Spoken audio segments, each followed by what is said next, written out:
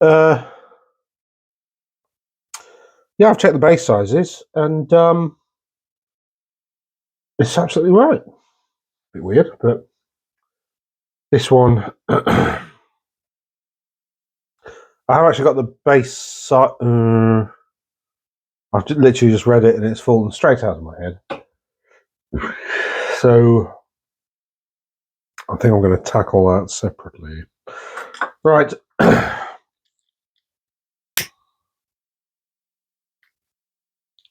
Don't do that at home, kids. I don't know how you're supposed to do it, to be honest, but you know that's.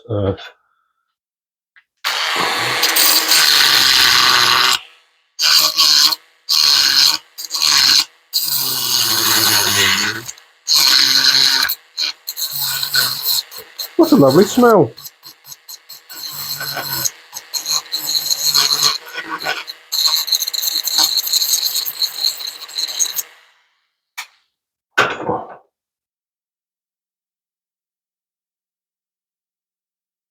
Mm. I'm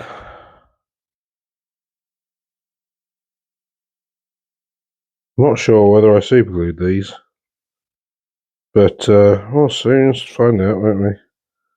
And oh, this isn't going to glue very well at all, is it? Right, let's leave the gluing. I can do more tomorrow, I suppose. Get these bad boys done. But yeah, I'm quite happy with a little bit of progress. Half an hour's worth of fanning around, getting these off the bases. That's all right. I can finish them off tomorrow. It's only Wednesday. I've got Thursday and Friday to go. But yeah, so my philosophy at tournaments is basically to just go along and have a bit of fun, really, generally speaking. Which is why I like playing stuff that's like a bit off the beaten track, as it were, because I often find that you have much more fun playing weird stuff, especially if you play weird stuff and it turns out to work pretty well. Like with my Gargant list, it was a bit odd. Everybody came and talked to me about how the Cron Spine was going and all the rest. So you know, it's always nice to sort of bring something new to the table. These are nice. These are just a cheap eBay find. They were like £1. So, oh, hold on. Does that fit in that one? Yeah, it does. Idiot.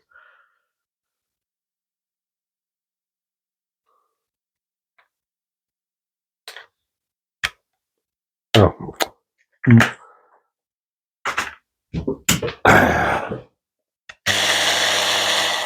Ooh. Turn it right down.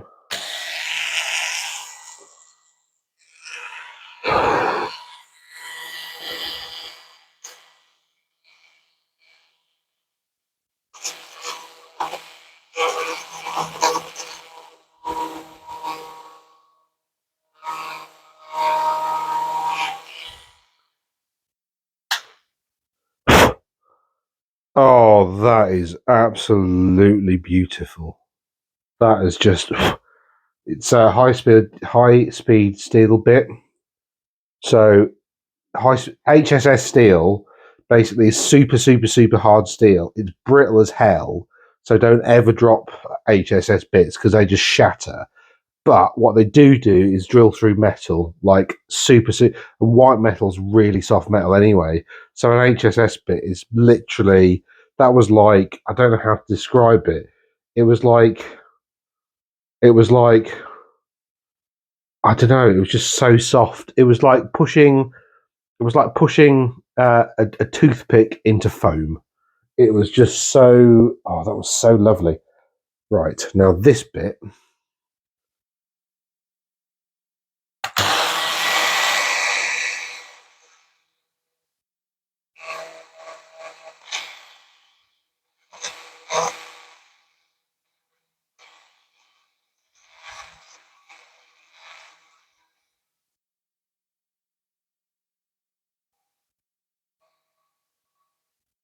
I'm having to concentrate really hard here.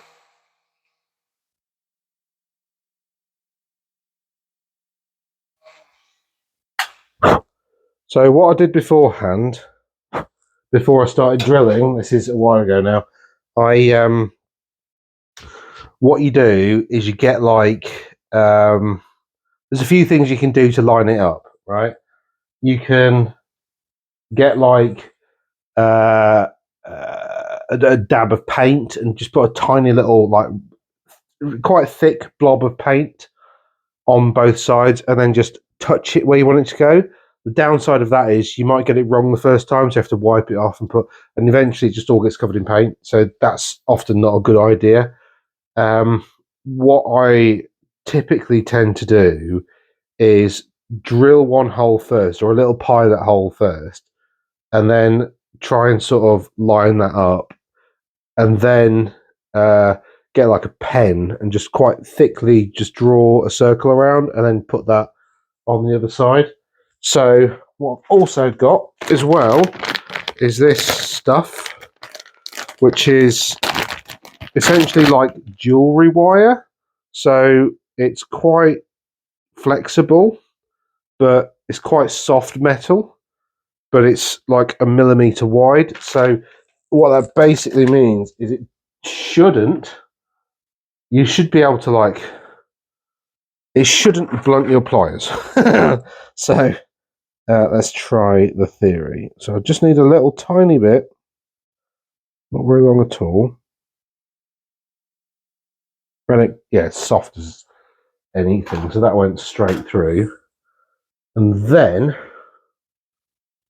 that should go in, because it's the same. Oh my God. It's the same. The problem is, since I've started doing strongman, my fingers have got like, I find it quite hard to do that. That takes quite a lot of effort, because what you find is, as you do more strength stuff, actually your hands get stronger, which means you get more muscles in your hand.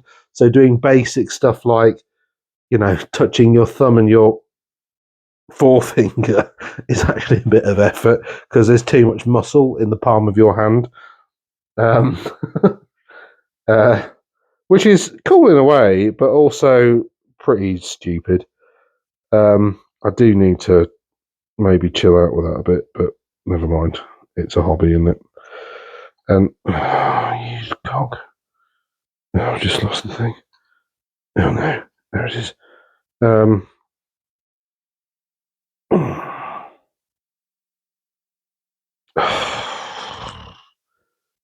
Pinning. It's like yes.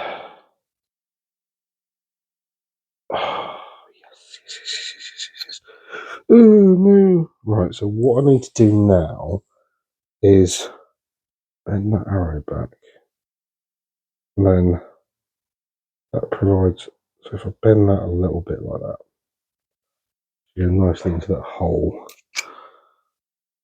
I've created. Come on, glue. Out you come. It's alright. There we go. Don't be scared. That sounds so creepy.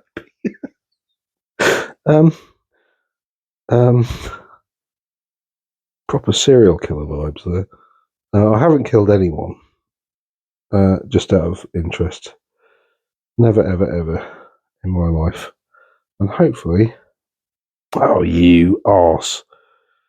Oh no, that's just glued wrong. Oh, I'm going to have to do it again. Oh no, hold on.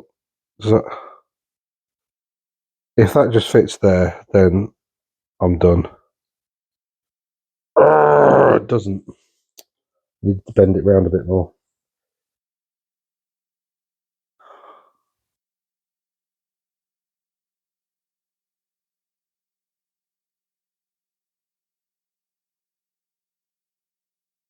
So this is why with like white metal models, I like to like cut off any of the...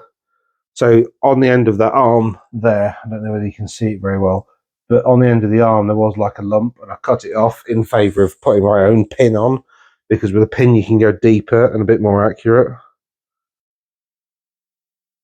That also sounds really wrong. But yeah.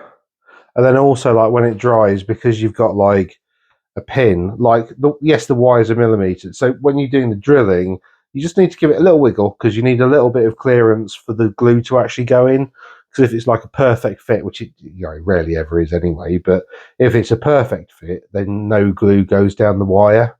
And so you end up with a joint that does join because the wire's stuck in quite well, but it's flexible. So like when you start to paint it, it moves around a bit because it's not actually glued.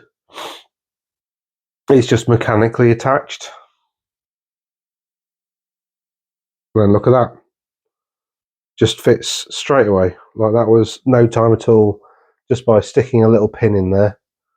The other arm I managed to pin using this chappy, which is a very old Citadel modelling drill, circa, I don't know, 1998, something like that. Oh, yes, I have Ushabti with great bow. I think they're wicked. I just love these models. Like, the detail on them is so good. And people say the old models aren't as good as AOS models, but seriously, like, some of them are absolutely banging. Like, the detail on this is just so nice. And the thing that I like about a lot of Warhammer Fantasy sculpts is that they're quite simplistic, and because they're simplistic and not overly ornate, like a lot of AOS sculpts, because they're not overly ornate, they kind of feel a bit more realistic. Whereas if you look at like your Stormcast, for instance, they're just like high fantasy. They're like 80s fantasy kind of, and it just feels a bit kind of contrived. Well, in Stormcast in particular, because they've got a lot of Art Deco influence in the style. Very sort of simplistic, geometric style patterns, but not geometric, but that kind of. I forget what the style was before Art Deco. It was it arts and crafts before Art Deco, which was very geometric and like very kind of, I suppose, Middle Eastern inspired kind of design. And then Art Deco came along, which kind of stylized that and made it a bit more kind of simplistic. So you've got essentially Stormcast, which have a lot of Greco-Romano, classical, come Art Deco kind of design, which, because it's a mishmash of lots of other designs, I just find it a bit jarring, because there's a reason that kind of style wasn't an art form in history. It's generally because it's not very good. Some people really, really like Art Deco, but actually it didn't last that long. And some people really like it, but no, that's not going to stick at all, is it? Oh, that's annoying. Some people, actually, I can see why they've said to put it on this size base, because the Thunder Tusk actually fits it lengthwise. So, and also I suppose, like, with a massive, like, mammoth style creature, because they are like very much in the style of a woolly mammoth, a lot of people will be able to get around it and fight it. So it makes sense for them to be on a big base. And then these Mournfang Cav, again, they actually just fit on the base. There's not any overlap. I'm just sort of looking down at it. I don't know if I can point it straight at the camera. I don't know if you can see that, but basically it just fits perfectly on that base. So yeah, that's I'll probably sort all that out tomorrow. I like Geek Gaming Scenics. I'm not sponsored by anybody, but I like their fast drying basing glue. I don't know what's in it. It feels like it's a mix of PVA and like some kind of other glue that makes it dry more quickly. But I quite like that. That works well. Works for me anyway. And then I quite like them in general because this is Mountain Pass, so it's got like a mix of different basing compounds. There's like some grey bits, some little black bits, and then some slightly larger red bits. So it just looks like boulders and stuff. And this one is moorlands. So there's like little bits of red and green and some sort of larger stones and some quite sandy stones and like just the normal dirt looking stuff as well. So it's a nice mix of different materials. That's going to be for my vampire counts. So I'm going to put them on like this kind of moorland texture. And then I've got some like dead grass tufts to go on there. So it all kind of fits together. But yeah, I'm happy with progress so far. I think I'm probably going to do a bit of modelling for a bit, and I'm going to stop this video now. I think because I've waffled on for enough, and I've shown you a bit of rebasing of ogres. I'll do another vid tomorrow. So I think before I wrap up, plans for the channel. I mean, I haven't really got any. The Meta Watch. No, I hate Meta Watch. It's so stupid. The yeah, the Honest Wargamer called his in AOS the Stats Show. Meta, I think, is a term that's come from 40k. Really, like I don't know what to call mine, but like just tournament results, maybe the competitive landscape. I don't know, something like that. Something that sounds way more pretentious than MetaWatch. MetaWatch sounds like too like young and hip. Don't want that. We want something ridiculously pretentious and slightly Latinate. That's the right direction for the fantasy. um, I do mean that ironically. Just for the avoidance of doubt. So they seem quite popular. It's always quite interesting actually to know because I always find that like what's going on at tournaments kind of dictates how the games gets played. It's kind of like that's the top level. So yeah, on Saturday I've got 3 games with these ogres. My list is a bruiser on a stone horn, a Thunder Tusk rider. So I know the model has 2 on, but I modelled it as a it's an AOS thing, but whatever, it's fine. He's just a bit better. I've got a Slaughtermaster who's a level 4 wizard, so it's a 1750 tournament, so I can't take 2 lords. If I could have taken 2 lords, I would have definitely taken. Well, I'd have had to sort my list out, to be honest. I think in the 2K list I wrote for ogres, I gave both the unit. I've got 2 units of 6 bulls basically because core choice you've got to take a quarter. 2 units of 6 just about does it. They for 1750. So what is that, 440 or something like that? I think they come to like 460. So if I give them both a banner for 20, I can get over the 500. Yeah, ogres are quite expensive though. That's the issue. I'd like there to be one where these become core because I've got 8 Morton Fan Cav. Obviously there won't be now because they're a legacy faction, which is just super annoying. I'm glad I got the bulls in the end, but like core choices are pretty limited. I could get a unit of Noblars, but like I don't want to paint them. I mean, the models are all right. They're not grots though. They're not as cool as grots.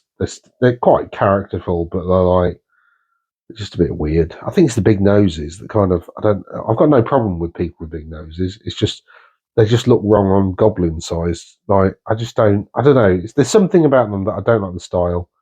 Never have. Some people think Noblars are great. Fine, each to his own. I don't like them. I think they're annoying. I probably am an ogre. Annoying little shites running around all over the place. Yeah, so anyway, I've got a bruiser. I'm using my tyrant on foot wherever he has gone as a bruiser rather than a tyrant on foot. There he is. I really like that model. It's pretty cool. But I'm using him as a bruiser this weekend. Yeah, he's going to essentially just be on foot. I'll probably use him as a battle standard bearer in future, if poss. Just don't have the points for him. Yeah, and then I've got 4 Morn Fan Cav in 1 unit. So that's going to be. It's not very big in terms of models, but it is big in terms of wounds. Like each unit of bulls is like 18 wounds. I think I'm going to get absolutely smashed because because like it's a terrible list, right? There's no all the good stuff in ogres. I don't have any of that. I've got the Stonehorn, I've got the Thunder Tusk, the Mornfang Cav are pretty good. I've given them great weapons because I've got initiative 2 anyway, so like whatever. I've gone for the Slaughtermaster. Hopefully, I get Plague of Rust. The Bulls, although they've got a lot of wounds and they've got a lot of toughness, the toughness 4 and they got 3 wounds each, which is pretty good. But like they've only got a 6-up save. Like they've got no armor, they've got no regen, they've got nothing that keeps them on the table other than their toughness and their wounds, which is cool. But like they're so expensive for something that just dies quite quickly when it actually gets into combat. Again, they've got low initiative, which means that even if you get the charge off, like they don't have swift. They do impact hits, which is okay, and that might be the deciding factor. But like a few strength 3, strength 4 impact hits is not gonna, is not gonna turn the tide, is it really? So yeah, I don't know. I don't know whether they're going to be any good or not. I don't think so. So the Bulls, I'm expecting to just get absolutely smashed. A couple of panic tests and they're off. The Bruiser on Thunder Tusk, on Stonehorn, I kind of expect people to try and stop that from getting charges off. So it probably won't because I haven't really got any like charge redirects or anything. I probably do need some Noblar trappers, to be honest, to make the list competitive. But then, even if I had an extra 250 points, I'd want to take a Frost Lord on Stonehorn. Sorry, a Tyrant. We don't have Frost Lords. But I'd like to take a Tyrant on Stonehorn. So that's an extra, like, 100 points. I'd like some magic items. So realistically, on top of this list, I've got another 50 or 60 points for it to become 2k to get another unit in. So it's like, I'd probably get. No, I'll keep the Bruiser on foot, wouldn't I? Because I want Battle Standard Bearer. Yeah. So, like, I don't know. I don't know what to do with it. Ogres are really difficult to write a list for, to be honest. Really, really difficult. And I haven't got any of the cool stuff. Like, Noblar scrap launchers are pretty good, I think. You've got the short range great cannon on top of a Rhinox. That's pretty good. I think Thunderers are okay. So I haven't got any of the stuff really that, apart from the Stonehorn and the Thunder Tusk, Stonehorn and the Mammoth thing. I haven't really got anything that's that good. Slaughtermaster's pretty good. Like for a level 4 wizard, he's pretty tanky. And he's okay in combat, but he's not amazing. He's got quite a few impact hits, but again, that relies on you getting the charge off, and cavalry seems to be a la mode in the current edition. So yeah, I haven't got any screw. Yeah, I'm just going to get smashed, I think. But I think that's the point, really, with ogres. It's just go forwards. Either you smash them or they smash you. And in my case, probably they smash me. But whatever. I'm going to have fun. If I wanted to be competitive, I'd take my Chaos Warriors because, I can write a damn good Chaos Warrior list with what I've got. Yeah. And to be fair, like you can tell I'm not massively competitive because my Khemri list is not, I don't want to take a dragon. Whereas I think you kind of have to, really. But, whatever. I'm not really interested in chasing the meta. I'm interested in knowing what competitive looks like, but I'm not very interested in like running after it because it's a fool's errand running after the meta because it changes. And running after it is just quite expensive. But anyway, I've waffled on long enough. Again, if you've got to this far, I hope I've earned enough to at least keep your subscription. If you've not subscribed, please consider it. If you like the video, there's a button for that. And I hope to see you again soon. So I shall say toodle pip. Bye bye.